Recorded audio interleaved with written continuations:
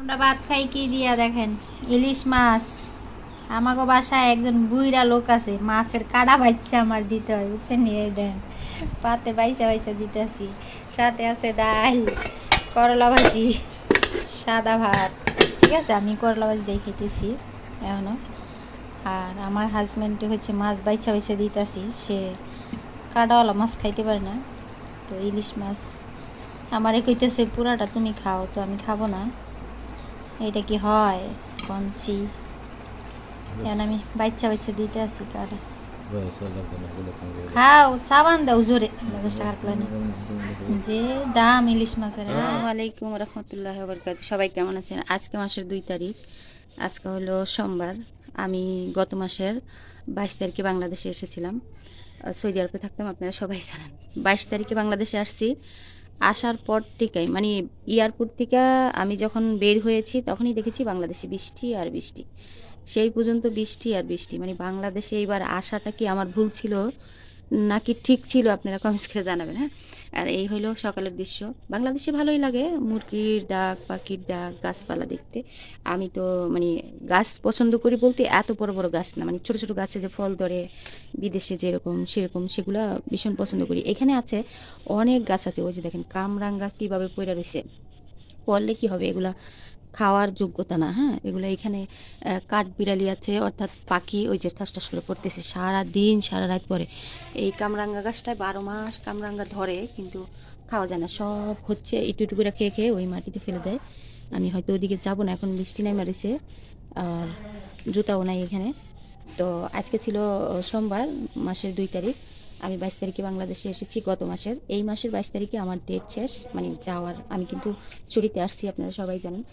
তো এখন যাইতে পারতেছি না, যাইতে দিতেছে না। আমি চেষ্টা করতেছি যাওয়ার জন্য সর্বোচ্চ, কারণ আমার যেতেও ইচ্ছা করছে এক কথায় বলতে গেলে, আবার আমার টাকারও কিছু দরকার ছিল। তো আমার হাজব্যান্ড হচ্ছে যেতে দিবে না আমাকে, খুব রাগারাগি করছে, চিল্লাচিল্লি করছে। অনেকে আবার বলবেন যে হাজব্যান্ড থাকলে বিদেশে আসবেন কেন? শুনেন, বাংলাদেশের এখন যেই পরিস্থিতি, আপনি আইএ বিএ পাশ করে একটা চাকরি পাবেন না। আর আমি সাধারণ একটা মেয়ে, আমার জন্য বাংলাদেশে চাকরি নিয়ে বসে আছে বাংলাদেশের সরকার। বাংলাদেশের সরকারই তো এখন নাই। তো যাই হোক, আসছিলাম তো অনেক আশা করে কোনো একটা বিজনেস করব, কারণ বিজনেসের কোনো দেখছি না, মানে আমি যে টাকাটা এখানে ব্যয় করব সেটা আমি উঠাইতে পারবো না।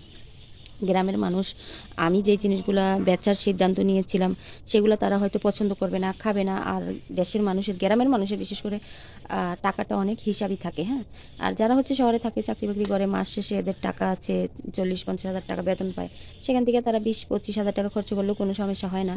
মাস শেষে, দিন শেষে, বেলা শেষে তাদের হাতে টাকা থাকেই। হ্যাঁ, আর গ্রামের মানুষ মনে করেন ওই হাঁস পালে, মুরগি পালে, গরু পালে, ওইটা বছর শেষে আসে, ফসল করে ওইটা 6 মাস পরে আসে, এতটুকুই। তো চাকরিজীবীদের এতটুকুই শান্তি। আর হচ্ছে যারা চাকরি করে, আমি কাউকে বলছি না যে আপনারা বিদেশ থেকে কেউ আসেন না, নিজের দেশে অবশ্যই আসতে হবে। এটা আমার মাতৃভূমি, এটা আমার দেশ, আমার মায়ের দেশ, আমার জন্মভূমি, এখানে আমার আসতেই হবে, তাই না? ওই যে দেখেন, আর আমি হচ্ছে এখন সকালবেলা ঘর দুয়ার পরিষ্কার করতেছি, আমার হাতে ঝাড়ু আছে। এই খাটটায় আমরা থাকি না, আমরা থাকি ওই সাইডের রুমে, তো ওই রুমটাও পরিষ্কার করে আসছি। আর এটা আমি একটু ঝাড়া টাড়া দিয়ে দিচ্ছি, প্রত্যেকদিনই সকালবেলা আমি ঝাড়া দিই, আমার ভালো লাগে। যদি আমরা ঘরে সেভাবে কোনো জিনিসই এখনও কিনতে পারিনি, আর লাইটগুলো বন্ধ করে রাখছি, কারেন্ট বিল ওঠে অনেক বেশি। ওই যে আমি একটা ফ্রিজ এনেছি, একটা আনছি, আর এই টেবিলটা। তো আস্তে আস্তে হয়ে যাবে ইনশাআল্লাহ, সব কিছুই হবে, একটু সময় লাগবে। তো আর হচ্ছে ওয়ালটাও ঝাড়ু, এখানে হচ্ছে মাকড়সায় বাসা করে, কয়েকদিন পর পর ঝাড়া দিতে হয়, আমি ঝাড়া দিই অনেক বেশি। এই যে আমার রান্নাঘরের দৃশ্য, যদিও আলো নাই, এমনি তো বাইরের দিকে আলো আসে। তো আমি সবসময় গুছায় কাজ করতে চাই, মানে রান্না করতে একটু ছোট, আর সেভাবে জিনিসপত্র কিনা হয় নাই, গুছাইতে চাইলেও পারতেছি না। তো হয়ে যাবে ইনশাল্লাহ। সবাই আমার জন্য দোয়া করবেন, আর যারা আমাকে সাপোর্ট করেন। আর কি বলবো, তো আজকে কি কি কাজ করি, আজকে রান্নাটা আপনাদের সঙ্গে একটু শেয়ার করবো। এই দেখেন, আমি হচ্ছে করলার বীজ রেখেছি, করলা গাছ লাগাবো, গাছ লাগাবো। এই দেখেন বাইরে থেকে আলু আসতেছে। আর আমরা হচ্ছে এইটাই না রাখছি, গরুটামো, আমি গরুও পালবো ইনশাল্লাহ। ঠিক আছে, পারি না পারতে হবে, এটা দেশ, বুঝছেন না? যদিও আমি আসলে এই সকল কাজগুলোতে অভ্যস্ত না, করি নাই সেরকম। আমি, আমার বিয়ে হয়ে গেছিলো ছোটোবেলায়, মানে যখন আমার বিয়ে হয়েছিল ছোটোবেলা বিয়ে হয়েছে, তারপরে হচ্ছে শহরে থাকা, শহর থেকে বিদেশে তো অনেক বছর ছিলাম, 18-19 বছর আমি বিদেশে ছিলাম আলহামদুলিল্লাহ। তো এখন আবার অনেকে বলবেন 18 বছর 19 বছর বিদেশে থেকে টাকা পয়সা কী করেছেন? টাকা পয়সা আমার পরিবারকে আমি সাপোর্ট করেছি, যেটা সত্য কথা। আপনারা সবাই জানেন আমার ছোট বোনটা অসুস্থ, আমার বৃদ্ধ মা আছে, তাকে আমার সবসময় দেখশন করতে হচ্ছে। এখনও দেখি আলহামদুলিল্লাহ, দেখবো না এমন কোনো কথা না, এখনও দেখবো। আমি যতদিন বেঁচে আছি, আমার নিঃশ্বাস যতদিন আছে এই দুনিয়াতে, আমি সর্বোচ্চ চেষ্টা করবো আমার মা, আমার ছোট বোন, আমার ছোট বোনটা যে অসুস্থ তার পাশে থাকার জন্য। তো সেই জন্যই কিন্তু আমি অক্লান্ত পরিশ্রম বলেন, এই যে অনেক মানুষ হাসাহাসি করে ভিডিও বানায়, মজা করে, মজা নেয়, ঠিক আছে, তারপরেও কিন্তু করছি। দেখি এখান থেকে যদি মানুষ দেখি সফল হয়, আমি হতে পারি কি না সেটাও চেষ্টা করে যাচ্ছি। চেষ্টার তো আসলে কোনো বিকল্প নাই, আপনি চেষ্টা করবেন। হ্যাঁ, চেষ্টা করলে সব কাজে আপনি সফল হতে পারবেন ইনশাল্লাহ।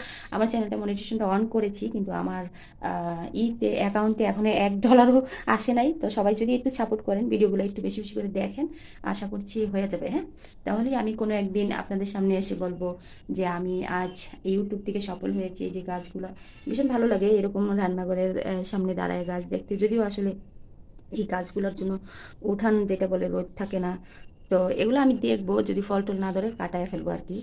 এই গাছগুলো বিশাল বড় বড় গাছ, আসলে বাড়ির ক্ষতি করে, ঘরের ক্ষতি করে। আপনি সেটা ছাদ হোক, টিন হোক, যেই হোক না কেন, গাছের পাতা পড়লে সব কিছুই ডাউন হয়ে যায় এক কথায় বলতে গেলে। তো চেষ্টা করবো। এই যে ঠালামালা কাটাইছি আমি বলেই, যখন আমি বাইরে ছিলাম তখন ফোনে বলেছিলাম কাটতে, কেটেছে কিছু কিছু, এই যে দেখছেন এখনও কাটা আছে। তো আরও কিছু কাটতে হবে, যেহেতু এখানে রোদ লাগবে। আমি ওই যে সুতলি টানাই দিছি। আর দেশের বাড়ি তো বুঝেন, রোদের কোনো তাপ নাই। হ্যাঁ, এমনি শরীর এত ঘামে। আমি এত কাজ করেছি সৌদি আরবে, এত কাজ করেছি, সকাল 6টার থেকে রাতের 3টা 4টা পর্যন্ত কাজ করেছি। আপনারা যারা আমাকে আগের থেকে দেখেছেন, মানে আগের থেকে ফলো করেছেন আমার ভিডিওগুলো, দেখলে হয়তো বুঝবেন। তো সেই জায়গার থেকে বাংলাদেশে আসার পরে ঘুম থেকে উঠতে উঠতেই দেখি বেলা বেজে গেছে, 10:30 বেজে গেছে। দাঁত ব্রাশ করা, তারপরে আমরা কিন্তু সকালবেলা উঠে নামাজ পড়ে আবার শুয়ে থাকি। তারপরে হচ্ছে আবার যখন উঠি, এই তো এই জন্য হচ্ছে মোবাইলটা আসলে সেভাবে নিতে পারি না। অনেকে হয়তো রাগ করতেছেন আমি বাংলাদেশে এসে লাইভে যাই না কেন, বিদেশে থাকতে লাইভে গিয়েছিলাম, অনেক ভিডিও বানিয়েছিলাম। আসলে নেটের এক প্রবলেম, জাগার প্রবলেম, এক কথায় বলতে গেলে এক জায়গায় বসে যে ভিডিও বানাবো, আজকে যে ভিডিওটা ছাড়ছি দেখবেন কয়েকজনের সামনে এসে পড়ছে। হ্যাঁ, তারপরে আমি সেগুলোকে কেটে কেটে দিয়েছি, মানে রেখে দিয়েছি। অনেকে তো চায় না ক্যামেরার সামনে যেতে, তো সবাইকে তো আমার দেখার অধিকারও নাই। আমি আমার নিজেকে করতেছি, অন্যজনের আমার টানাটানি করার কোনো দরকার নেই, তাই না? আমি সেটা বিদেশে থাকতেও করেছি, এখনও বাংলাদেশে আসার পরেও ইনশাল্লাহ ছবি ভিডিও বানাবো। সবাই আমাকে একটু সাপোর্ট করবেন। আমি রান্নাঘরটাও ঝাইরা দিলাম। আমার সবসময় জিনিসপত্র পরিষ্কার থাকাটা অনেক বেশি জরুরি মনে হয়। আমার বেসিনটা হচ্ছে একদম, আমি কিন্তু সকালে থালাবাটিও ধুই নাই, বেসিনে কি ময়লা হচ্ছে দেখেন, দেখাইলাম না। বেসিনটা আজকে সাবান দিয়ে ধুবো। রাত্রে আর কি এমনি পানি টানি দিয়ে রাখছিলাম, সেই জন্য এরকম সাদা সাদা হয়েছে। আর বেসিনটা ভালো করে নাই, এক কথা বলতে গেলে বেসিনের যেই টিনটা ছিল এটা ভালো না, 1 নাম্বারটা না, সেই জন্য এরকম হয়ে যায়। কারণ আমি তো অনেক ভালো ভালো জিনিসে কাজ করে এসেছি। আমি জিনিসের মূল্য যেটা বলেন, মর্ম যেটা বলেন, কোয়ালিটি যেটা বলেন, সেগুলো সবই আমি বুঝি আলহামদুলিল্লাহ। তো সবাই আমার জন্য দোয়া করবেন। আজকের ভিডিওটা এই পর্যন্ত রাখলাম না, একটু রান্না করবো সেটা এখানে অ্যাড করে দিব, তারপরে ভিডিওটা শেষ করে দিব। অনেক কথাই বলে ফেললাম। লক্ষ্মী লক্ষ্মী মুরগিগুলো দেখবেন না, সবাই দোয়া করবেন আমার এই মুরগিগুলোর জন্য, ঠিক আছে? মুরগিগুলো যখন এনেছি, মানে প্রথম দিন সবাই এইখানে বলেছে এগুলো বাঁচবে না, বাঁচবে না। তো আলহামদুলিল্লাহ এখনও বেঁচে আছে, হায়াত আছে। আমি একটা কথাই বুঝি যে যেই জিনিসের হায়াত থাকবো তাকে আসলে কেউ দুনিয়ার থেকে বিদায় করে দিতে পারবে না। আর যতই চেষ্টা করুক, আমি এগুলোকে সব কিছু দিয়ে শিখাচ্ছি। এগুলা কিন্তু খায়, এগুলার আদার আলাদা। এগুলা হচ্ছে কক মুরগি না কি বলে বেটা বলে দিয়েছে। আমি ভাত দেই, খুদ দেই, চাল দেই, তারপরে হচ্ছে অনেকে বলবেন কামরাঙ্গাগুলো দিয়ে রাখছেন কেন? ওইখানে যেখান থেকে মুরগিগুলো আনিছিলাম সে বলেছিল যেন হাবিজাবি দিয়ে রাখি। এগুলো তো বাচ্চা বাচ্চা মানুষকে খেলনা দিলে যেভাবে খেলা করে, তো সেই জন্য হচ্ছে আমি এখানে কামরাঙ্গাগুলো পড়ে আছিল, এখানে ছিটিয়ে ছিটিয়ে দিয়েছি। আর রুমটা আসলে অনেকে বলবেন এই রুমটাকে নষ্ট করতেছেন কেন? রুমটা নষ্ট করছি না, রুমটা আমি আবার সুন্দর করে পরিষ্কার করে দিব।